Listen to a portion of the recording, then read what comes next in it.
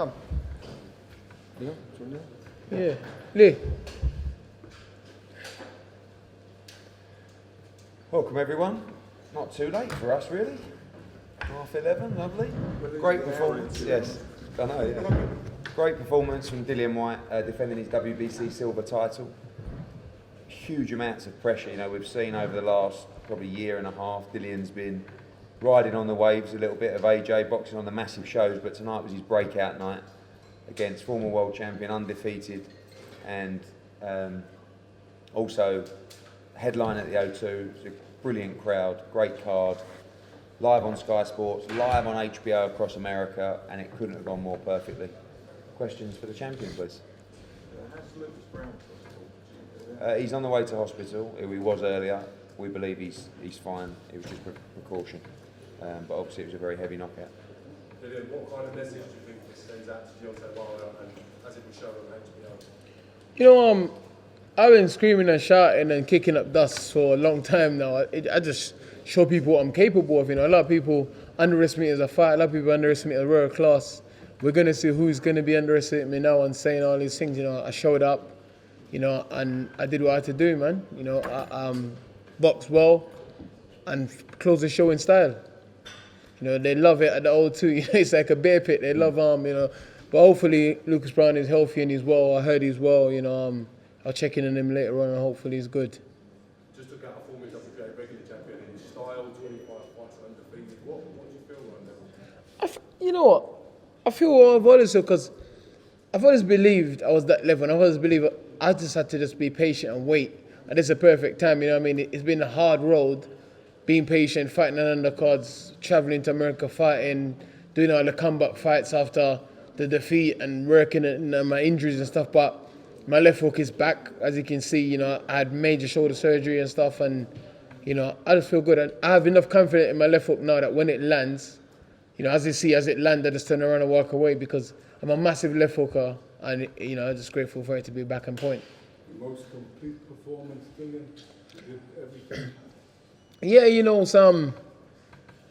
I'm one of those guys, when the odds is against me, I perform well, you know what I mean? I always, you know, like even in age, if I lost, but I still perform well with injuries, being in terrible shape, I still believe I perform decently, you know what I mean? The fight points of the fight was out jabbing him, and I was like, and beating him to the punch and stuff like that, but so, you know, I'm more mature now, I'm more controlled, more level-headed, you know, and I'm got there and I'm not thinking, before fought Joshua, I was just 6-round punch, and I'm thinking, if I don't land my punches in the first 6 rounds, I'm in trouble. I've never been 12 rounds before. I used to worry about the 12-round distance and stuff, but now I can go out there, be confident. I got the fitness, the conditioning, the mental approach to go out there and just box and know that the knockout can come in the first round, the second round, the 5th, 6th, 11th, 12th. So what did you do differently for the preparation?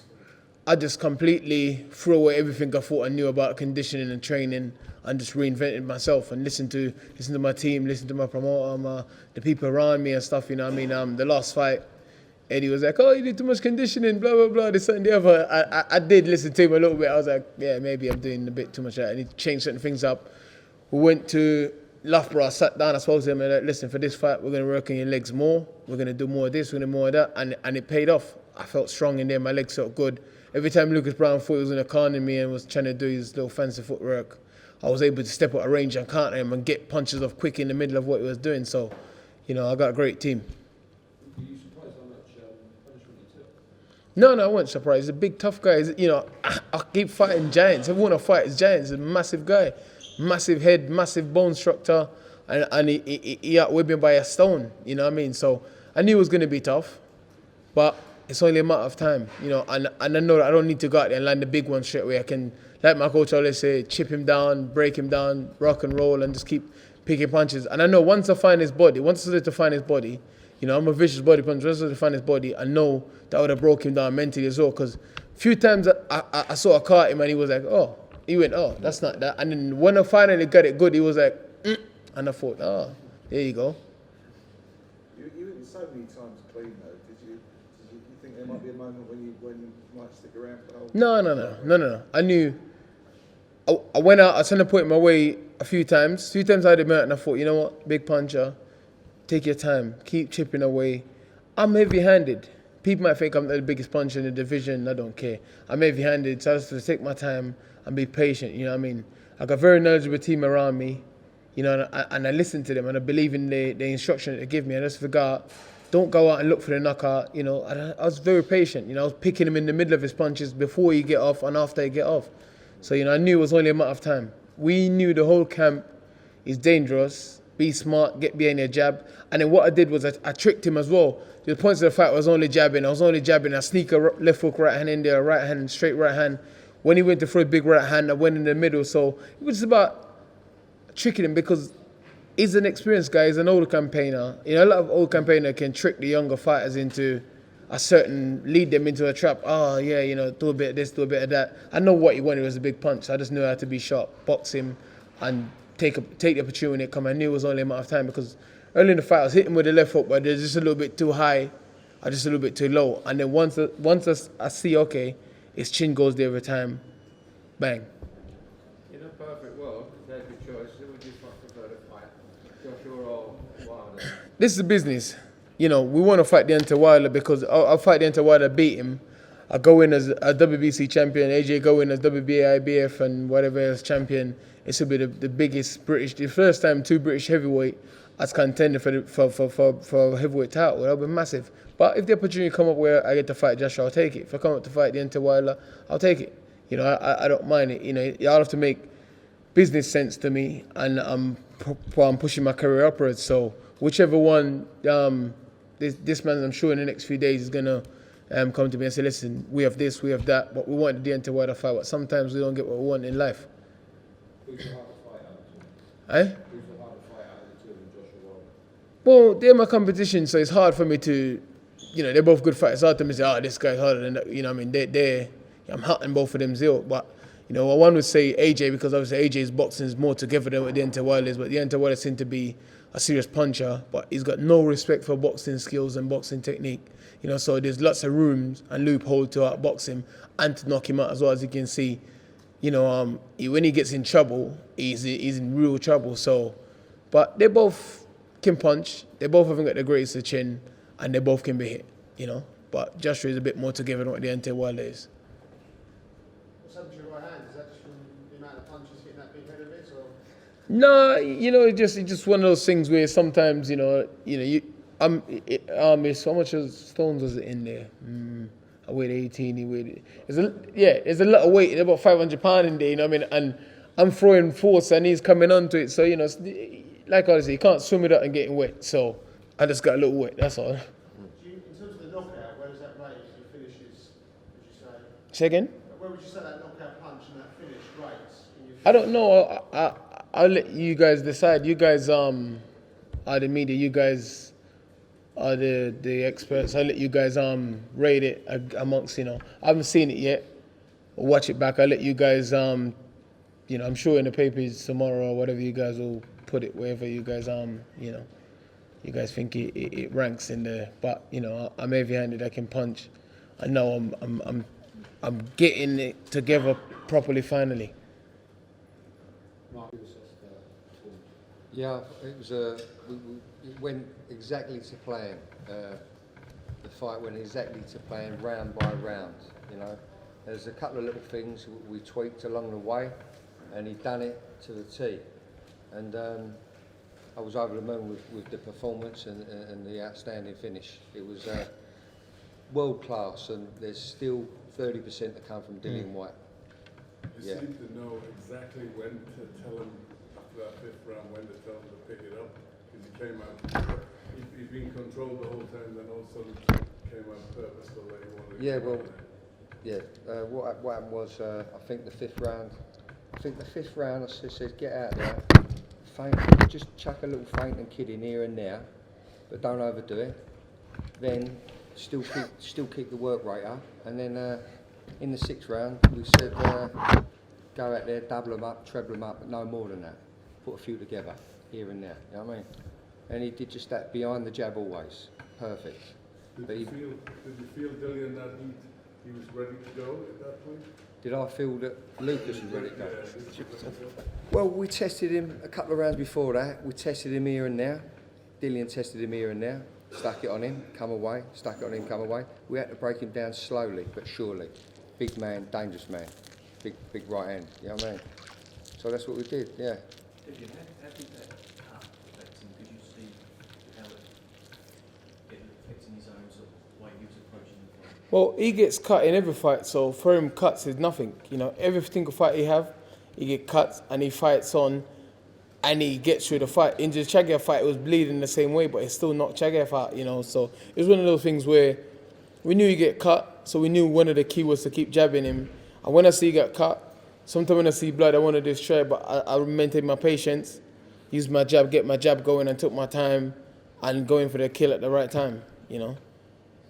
Eddie, has AJ said anything yet?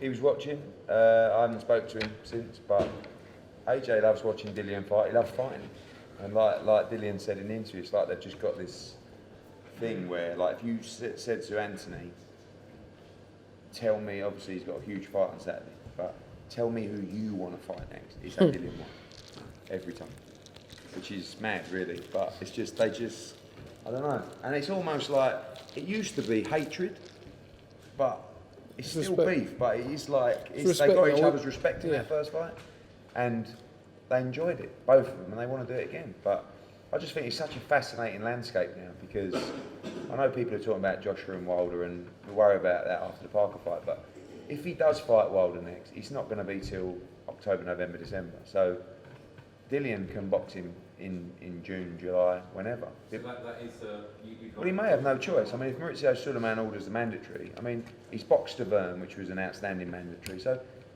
at some point in 2018, the WBC are going to call the mandatory. So, but we're offered him $3 million plus US TV. It's around $4 million. I reckon he might have made 2.5 against Ortiz. But this week's going to be a lot of fun, because Deontay Wilder's coming to Cardiff, and Dillian Whyte's going to Cardiff, and so is about 80,000 people as well. But it's a brilliant time. I'm just pleased for Dillian, because I think some people just presume that he's some lunatic from Brixton. But what you don't see behind the scenes is the camp, you know, what he does with Mark, what he does in Loughborough, the time and money that he invests in himself and his preparation. And you know, when you get an opportunity like that tonight here, and again I say it on HBO, you know, it could have been a poor fight, and that was his one chance, and it was a show reel knockout, and they'll be playing that, or they're already playing it all across America tonight, and they're playing his interview as well, which was priceless. So the sport is dominated by characters and people with talent. There you have both, and the heavyweight division is, you know, and also, by the way, there's a certain Tyson Fury. You know, I mean, I said to Barney Francis tonight at Sky, I said, can you imagine Tyson Fury against Dillian Whyte? I mean, it's an absolutely blockbuster fight. So he's in a great spot. He can go home happy and get back to work knowing that he has a huge future.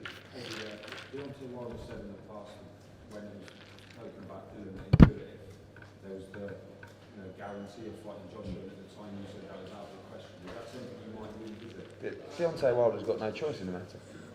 Yeah, but the truth is, before tonight, there was only one person that the broadcasters wanted Wilder to fight, and that was Anthony Joshua. Now, there will be two people that the broadcaster wanted to fight, and now that's Dillian Whyte. So, you know, all Wilder's doing is waiting on Anthony Joshua. So he don't have to. He can still do that, but he can fight Dillian Whyte in a career high payday. And if he's so confident about winning, if he did beat Dillian Whyte, wow, the Joshua fight becomes, you know, astronomical. But I just think Wilder against Dillian here is just a monster. He might also be keen to stay in there. Who's that? Deontay Wilder. Yeah, but he can't earn the money. But if he wants to do that, we'll go to America. Yeah. No problem. It's not of mine. You know, we've already been to America, and that was part of the plan. You know, go on the American side, box out there, see what it's like, in case the Joshua fight does come. So, you know, we've been strategically working together and doing things. So, listen, we're heavyweights. We want to win the world title, whether it's in America, Jamaica, Guyana, Portugal, Ireland, wherever it is, we'll go there. We'll go there. I've already spoke. Heyman's guys texted me straight away and said, see what happens with Dillian, Wilder, Joshua. Also, there's Luis Ortiz if you want to fight him, you know. But really, we want a shot at the heavyweight world title.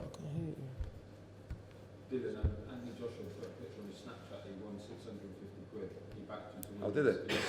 There you go.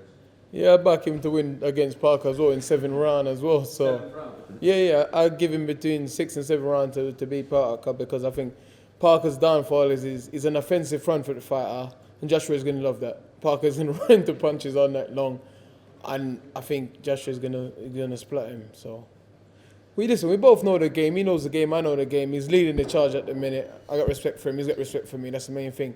And it's a real rivalry between me and him. You know, every good heavyweight had a rival. Holyfield, Lennox, Riddick Bowe, Muhammad Ali, Joe Frazier, and it's good to have someone who's there's genuine rivalry, but also respect as well. You know, and that's me and him. Unfortunately, not unfortunately, well, fortunately, but still. Not too much respect in the build-up. No. Listen, once the fight's signed, there's no respect. It's just, but listen, we're both you know, young kids, both had rough growing up, so we both respect each other. Okay, you know, we're turning our life around and we're doing stuff, so you have to respect. You can't help but respect a man that's doing that, you know. But when it's fight time, you know, like I was cool with Lucas Browne after, but once the fight's on, you know, there's no respect. You looking forward to bumping into Wilder and Carter? Yeah, I'm looking forward to it, but you know, I have my fair share of aggression at the minute, so I'm gonna chill out. You know, I might feel differently I don't know Saturday. if So we'll anyone's see. seen the playback of the celebration. Was one of the worst celebrations I've ever seen. You tried to kick the rope, which you missed. Says the man that tried to hug Bellew and Bellew blanked him. all right. Bellew went later.